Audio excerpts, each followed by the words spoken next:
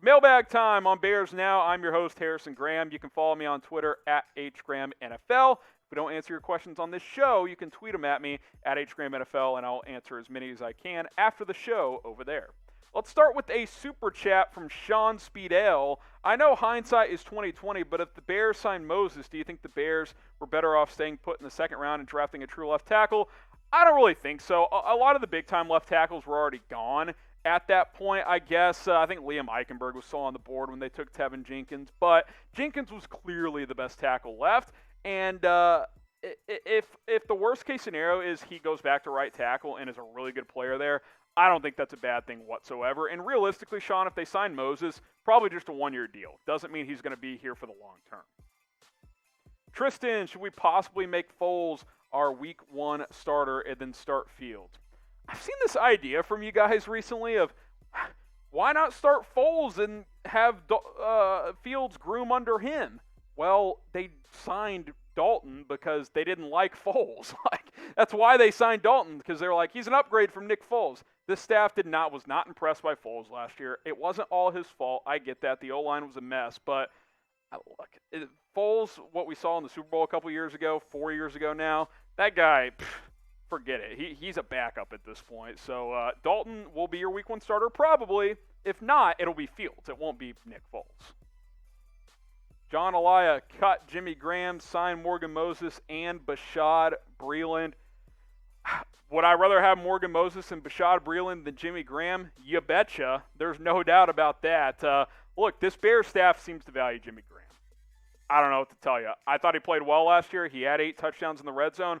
I'd like it if he would take a pay cut. $10 million against the cap this year is quite a bit, but they value him. They like how Cole Kmet learned under him as well. So I don't think they're going to cut him. Maybe they'll get a pay cut, but I'd be surprised if they actually completely cut him loose, John.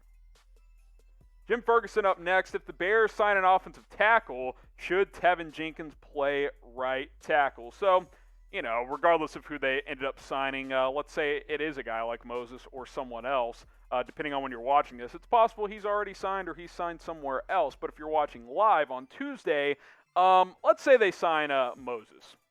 Could you just decide, hey, Teven Jenkins is better off at right tackle? Yeah, you could. He did play mostly right tackle at Oklahoma State. Now, I think if they do add a veteran tackle, they will still go through the offseason with Jenkins getting mostly reps at left tackle, at least I believe.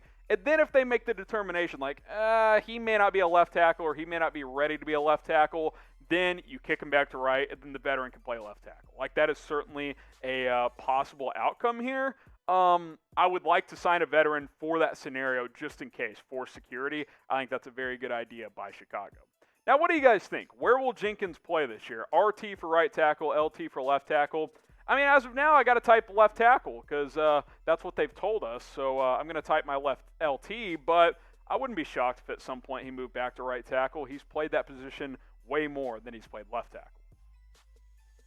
Next up, Kronik math debater, super chat, appreciate that. If Fields starts week 1, how many wins do you think? It seems like one of you guys asks me this every week. I would purely be guessing. If he starts week 1 and it's because he's clearly ahead of Andy Dalton, that means he's a pretty good starter, right? And let's just say he plays well. 10-7? I don't know. Is Aaron Rodgers with the Packers? If he is, that's probably a different answer. If he's not, it's probably a different answer. There's a lot of factors going on into play more than who will start at quarterback. The Bears' schedule is tough. We don't know if Aaron Rodgers is going to play this year. If he doesn't, those Packers games are much more manageable. So I'll spitball 10-7, but that's just me guessing. I don't know. I need more clarity on the NFC North. Brycer Boy with the super chat. Appreciate you guys. How horrible do the Bears have to be to fire Matt Nagy? Well, if you're watching live, we'll explore Nagy in just a few minutes. But they would have to be 3-14 bad, and it would have to be one of those he's lost the locker room situations, in my opinion, because you just traded up to get Justin Fields. Are you going to fire your coach after a year and not really give him the chance to develop him? I guess you could do that. It would have to be a disaster. I'll just leave it at that. Adam White, #Bears, use Justin Fields how Sean Payton uses just Taysom Hill until he becomes the full-time starter. Not to that degree. You're not going to see Fields doing some special teams, some tight end crap, but could you use him 3 to 5 snaps a game in the red zone in an RPO type of situation or a read option? Sure, but I think it's reckless if you create a Taysom Hill, Justin Fields package. Like, that doesn't really make much sense. I think he's got more value sitting on the sidelines, studying the plays and, learning from Dalton and Nick Foles than he does as a gadget guy in the red zone until he's ready. That's not who he is. Jakob Tuiaana, who do you think has more to prove in their second year, Jaylon Johnson or Cole Kmet?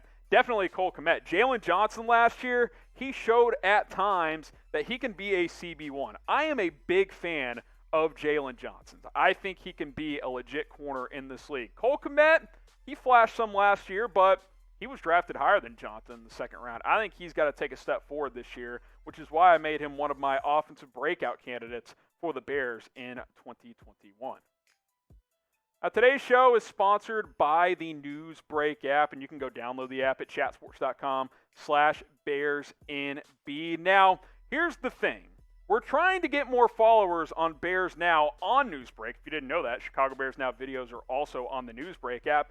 We got to catch the 49ers report. Chase Sr. is crushing us right now. They've got 753 followers on Newsbreak, whereas here at Bears Now, we're doing okay. We got 599, but we got to close in here. We got to close the gap between us and the 49ers report. So here's what you got to do to follow us on Newsbreak. Number one, got to download the app, chatsports.com/BearsNB. That'll redirect you to the App Store, and you can download the Newsbreak app, which is what you'll do on step number 2. Step number 3, once you've downloaded it, open the app, search Bears Now in the search bar, and then just click that follow button. More content on Newsbreak from us here at Chicago Bears. Now, we'll make sure the download button is in the comments section, and also hit that follow button on Newsbreak.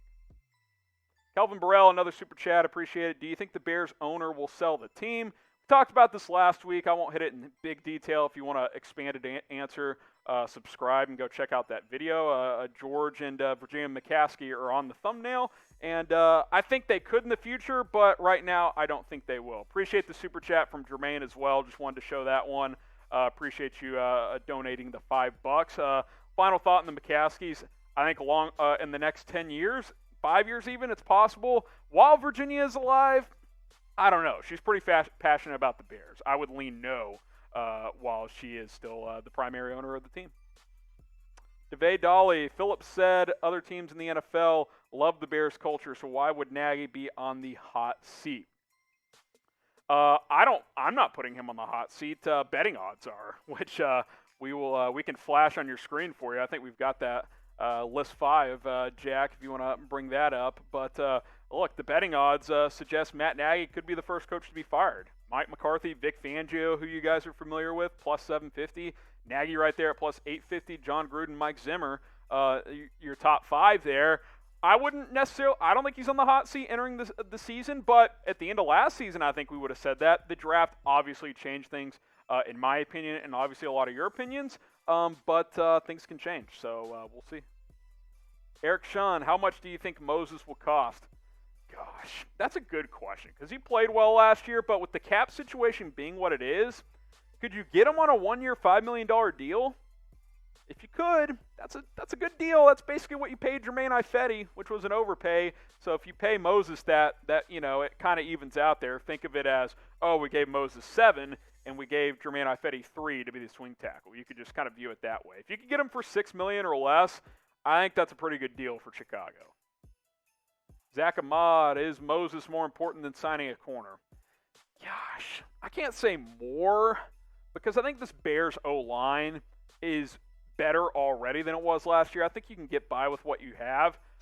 I would probably rather go get a guy like Bashaud Breeland than Morgan Moses, but if you get Moses, you're in much better shape. There's no doubt about that. So both those options are good ones. Can't say it's more important than corner, though, at this point in time. What year did you guys become a Bears fan? I want to know from you guys. Maybe it was the night Justin Fields got drafted, and you were like, that's my team, baby. Maybe it was in 1985. That'd be a good year to become a Bears fan. Maybe it was in 2006 when the Bears went to the Super Bowl. Let us know, what year did you become a Bears fan? Christopher M., how many rushing yards do you think Justin Fields will have? Let's just pretend he plays all 17 games. I'm not expecting that, but let's pretend. 500? I think he'd be a 500 rushing yard guy in the NFL. I think, 30-ish yards per game. Times that by 17, carry the 2. I'm just making math up. It's about 500 yards. Yeah, 30 yards a game, 17 games. It's right at 500. So 500 rushing yards, 4 to 5 rushing TDs. I think that's very doable. Burning Toast, what do you think about A-Rob for Julio? Not interested. We talked about this last week. You guys asked that scenario. I love Julio. He's a better all-time great, but at this point in time, A-Rob is healthier, and he's been more productive the last year and a half, and he's 6 years younger. So, no, I'll keep Allen Robinson. Zak Suleiman, can we afford to sign both Breeland and Moses if we get the chance? Probably got to make a roster move at that point. Cut Jimmy Graham, give him a pay cut. I'm just signing Allen Robinson helps, lowers his cap for this year significantly, especially if you sign him to a 4 or 5 year deal. So if you're going to get both, you're going to have to make some roster management moves. Those are 2 or 3 ideas I have that you could do pretty easily.